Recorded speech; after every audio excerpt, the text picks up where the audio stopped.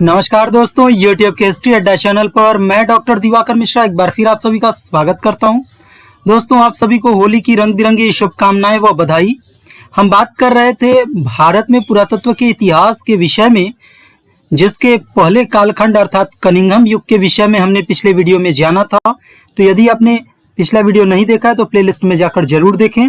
आज के इस वीडियो में बात करेंगे भारतीय पुरातत्व के इतिहास के दूसरे कालखंड अर्थात मार्शल युग की। तो चलिए करते हैं आज के इस वीडियो की शुरुआत और जानते हैं कि क्या था भारतीय पुरातत्व में जॉन मार्शल का योगदान और क्यों कहा जाता है भारतीय पुरातत्व के इतिहास का दूसरा कालखंड मार्शल युग। दोस्तों, भारतीय पुरातत्व के दूसरे कालखंड के अध्ययन करने से पूर्व हम आपको बता दें कि एएसआई के प्रथम महानिदेशक कनिंघम थे और कनिंघम के पश्चात एएसआई के दूसरे महानिदेशक बने थे जेम्स बर्गेस, जो वास्तुकला के विशेषज्ञ थे। मंदिरों पर वे अध्ययन कर रहे थे, अनुसंधान कर रहे थे। इनको महानिदेशक बनाया गया। इनकी उपलब्धियों के विषय में जाने तो इंडियन एंटीक्वेरी नामक पत्रिका इन्हीं के समय में प्रकाशित हुई थी। तो इस प्रकार से इंडियन एंटीक्वेरी पत्रिका के ये संस्थापक माने जाते हैं। यह पत्रिका 1872 ईस्वी से प्रकाशित होती थी। एपिग्राफिया इंडिका का भी पहली बार प्रकाशन जेम्स बर्गेस के इस समय में किया गया था 1888 ईस्वी में। ई होल्स को दक्षिण भारत में पुरालिपिविद नियुक्त किया था। जेम्स बर्गेस के सुझाव पर ऐसा किया गया था और उस समय ई होल्स दक्षिण भारत की लिपियों को उद्वाचित करने वाले एकमात्र विद्वान माने जाते थे। भारतीय पुरातत्व के इतिहास का जो दूसरा कालखंड है वो 1902 ईस्वी से प्रारंभ होकर के 1944 ईस्वी तक माना जाता है। भारतीय पुरातत्व के इतिहास के द्वितीय कालखंड के केंद्र बिंदु जॉन मार्शल थे। भारतीय पुरातत्व के इतिहास के द्वितीय कालखंड को इसीलिए मार्शल युग का नाम दिया जाता है, क्योंकि इस काल में हम मार्शल की उपलब्धियां देखेंगे। भारतीय पुरातत्व के इतिहास के द्वितीय कालखंड को मार्शल काल का नाम दिया था एच.डी. सांकालिया महोदय ने। आपको हमने पिछले वीडियो में भी बतला दिया था।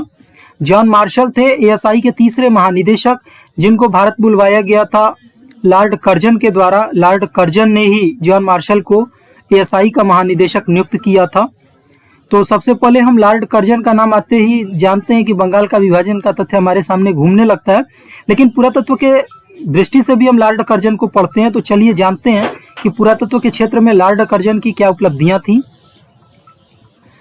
अगर हम लॉर्ड कर्जन के विषय में बात करें तो इनका एक स्टेटमेंट सबसे पहले जान लें, जो 6 फरवरी 1900 ईस्वी में एशियाटिक सोसाइटी के समक्ष उन्होंने दिया था कि उत्खनन व खोज करना, वर्गीकरण, प्रतिलिपि व विवरण तैयार करना, प्राचीन लिपियों की अनुकृति बनाना, पढ़ना तथा इन सबको यादगार बनाए रखने के लिए उन्हें सुरक्षित रखना हमारा दायित्व है।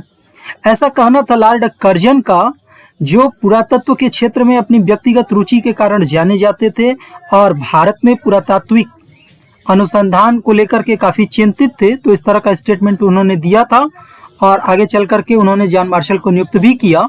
इस काल में पुरातात्विक सुधारों का श्रेय मुख्य रूप से लॉर्ड कर्जन को ही जाता है और जैसा हमने कहा कि पुरातत्व में व्यक्तिगत रुचि के लिए प्रसिद्ध गवर्नर लॉर्ड कर्जन ही माने जाते हैं। सर्वेक्षण हेतु संपूर्ण भारत को पुरातात्विक क्षेत्र में सर्वप्रथम विभाजित किया था लॉर्ड कर्जन ने। संपूर्ण भारत को 5 क्षेत्रों में विभाजित करने का कार्य किया था उन्होंने। भारत में पुरातात्विक कार्यों के लिए 1 लाख रुपए वार्षिक अनुदान राशि स्वीकृत भी करवाया था लॉर्ड कर्जन ने ब्रिटिश संसद के समक्ष। साथ ही साथ भारत में प्राचीन स्मारक परिरक्षण अधिनियम 1904 ईस्वी में पारित हुआ था लॉर्ड कर्जन के ही समय में। अब हम जॉन मार्शल का भी परिचय कर लें कर्जन के साथ साथ। ये इंग्लैंड के निवासी थे और भारत ये आए थे 22 फरवरी 1902 ईस्वी में एएसआई के तीसरे महानिदेशक के रूप में नियुक्त होकर। कार्यकाल इनका 1902 से लेकर 1928 ईस्वी तक था। भारत में इन्होंने प्रस्थान किया, हालांकि 15 मार्च 1934 ईस्वी को अर्थात 1928 को रिटायरमेंट के बाद भी वे पुरातत्व के क्षेत्र में कार्य करते रहे 1934 ईस्वी तक। आगे बात करें तो इनकी पहचान एक यूनानी पुरातत्ववेत्ता के रूप में या विशेषज्ञ के रूप में की जाती है। भारत में प्रथम पेशेवर पुरातत्ववेत्ता महानिदेशक के रूप में ये नियुक्त हुए थे। ये काफी महत्वपूर्ण तथ्य है। इससे पहले जितने भी एएसआई के महानिदेशक हुए वो प्रोफेशनल आर्कियोलॉजिस्ट नहीं थे। ये पहले प्रोफेशनल आर्कियोलॉजिस्ट के रूप में जाने जाते हैं एएसआई के महानिदेशक।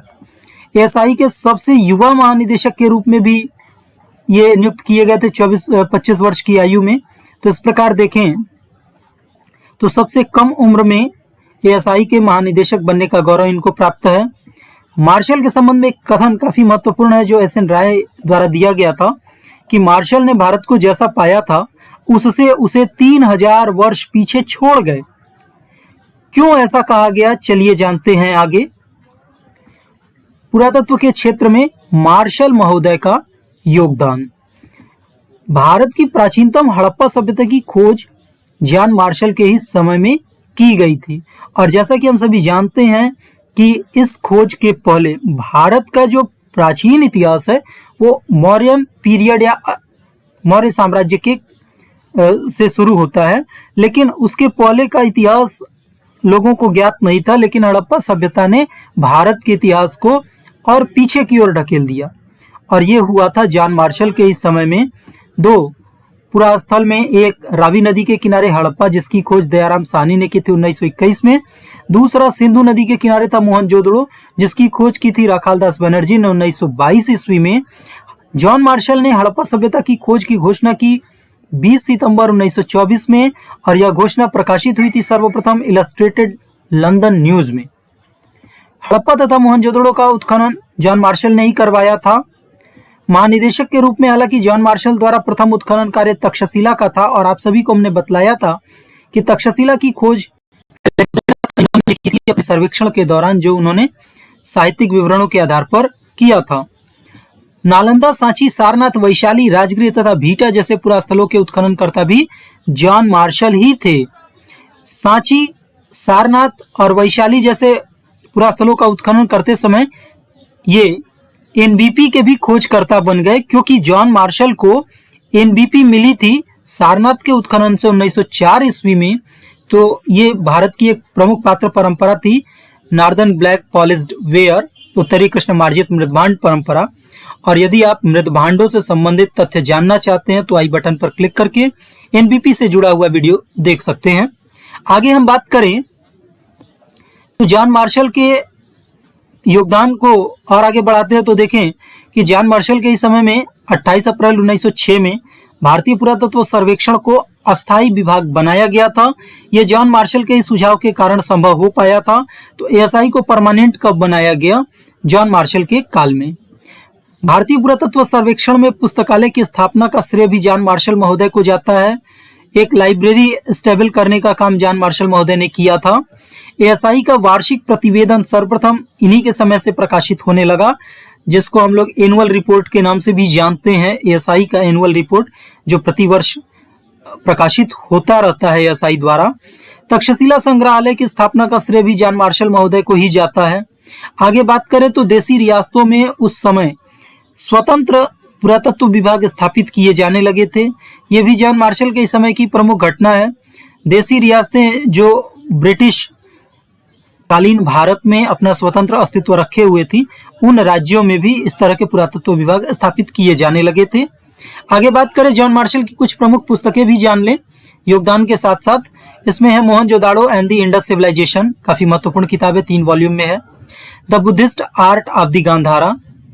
नेक्स्ट है अ गाइड टू टैक्सिला तथा टैक्सिला एक्सकवेशन।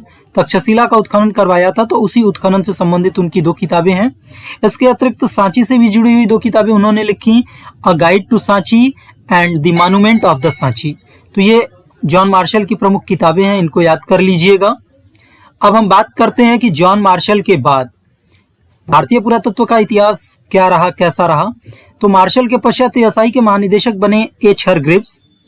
एच हरग्रीव्स के बाद एएसआई के महानिदेशक बनने का श्रेय प्राप्त हुआ दयाराम साहनी महोदय को, जो भारत के प्रथम भारतीय महानिदेशक बने। आपको मालूम है कि एएसआई का प्रथम महानिदेशक बनने का गौरव तो अलेक्जेंडर कनिंघम महोदय को है, लेकिन अगर प्रथम भारतीय महानिदेशक बनने का गौरव किसी को मिला तो वो राय बहादुर दयाराम साहनी को मिला। इनको Companion of the Order of the Indian Empire की उपाधि से भी सम्मानित किया गया था। ये काफी महत्वपूर्ण तथ्य है, एक भारतीय पुराविद जिसको इस प्रकार की ब्रिटिश उपाधि से सम्मानित किया गया था इनके कार्यों को देखते हुए। और आप सभी जानते हैं कि हड़प्पा सभ्यता को प्रकाश में लाने का कार्य इन्होंने ही किया था। पुरातत्व को केंद्रीय सूची के अंतर्गत रखा गया। जॉन मार्शल के बाद 1935 ईस्वी का जो भारत सरकार अधिनियम था उसके अंतर्गत केंद्र सूची में रख दिया गया पुरातत्व जैसे विषय को। भारतीय प्रागैतिहासिक काल के भूतात्विक अध्ययन के लिए टीटी पीटरसन और हेमंत डिटेरा के नेतृत्व में अध्ययन दल इसी वर्ष आया था, अर्थात 1935 में आया था। 1935 का काल इसी दृष्टि से महत्वपूर्ण है क्योंकि प्रागैतिहासिक अध्ययन इससे पूर्व बहुत ही नगण्य थे, लेकिन टी पीटरसन और हेमल्त डिटेरा का एक विस्तृत अध्ययन 1935 में प्रकाश में आया। इस अध्ययन के विषय में जानने के लिए आई बटन पर आप क्लिक करके वीडियो देख सकते हैं। भारत में पुरातात्विक सर्वेक्षण विभाग में कार्यों के सुधार हेतु एक आर्कियोलॉजिस्ट, ब्रिटिश आर्कियोलॉजिस्ट को बुलवाया गया था, जो थे लियोनार्ड बुली। 1938 ईस्वी में इन्हें प्रथम आधुनिक पुरातत्ववेत्ता माना जाता है, फर्स्ट मॉडर्न आर्कियोलॉजिस्ट। लियोनार्ड बुली के इस सुझाव पर भारत में पाषाण काल पर अध्ययन और अनुसंधान के लिए 2 प्रागैतिहासिक पद स्वीकृत किए गए थे। और लियोनार्ड बुली जब भारत आए थे ये अपना रिपोर्ट तैयार करने के लिए, उस समय भारत में एएसआई के तत्कालीन महानिदेशक थे के.एन. दीक्षित महोदय। लियोनार्ड बुली के सुझाव पर के.एन. दीक्षित ने अहिक्षेत्र का उत्खनन करवाया था। आप कमेंट बॉक्स में बतलाइएगा कि अहिक्षेत्र नामक पूरा स्थल कहाँ स्थित है। प्रथम भारतीय प्रागैतिहासिक अध्ययन दल का गठन भी के.एन. दीक्षित ने ही करवाया था। इस दल का गठन किया गया था साबरमती की घाटी में अनुसंधान के लिए। भारतीय विश्वविद्यालयों को उत्खनन की अनुमति प्रदान करने का कार्य भी के.एन. दीक्षित ने ही किया। और एएसआई से उत्खनन की अनुमति प्राप्त करने वाला भारत का प्रथम विश्वविद्यालय कलकत्ता विश्वविद्यालय बना, जिसने बाणगढ़ नामक पूरा स्थल के लिए उत्खनन की अनुमति प्राप्त की। शेष अगले भाग में। Thank you for watching history अड्डा। मिलते हैं अगले वीडियो में।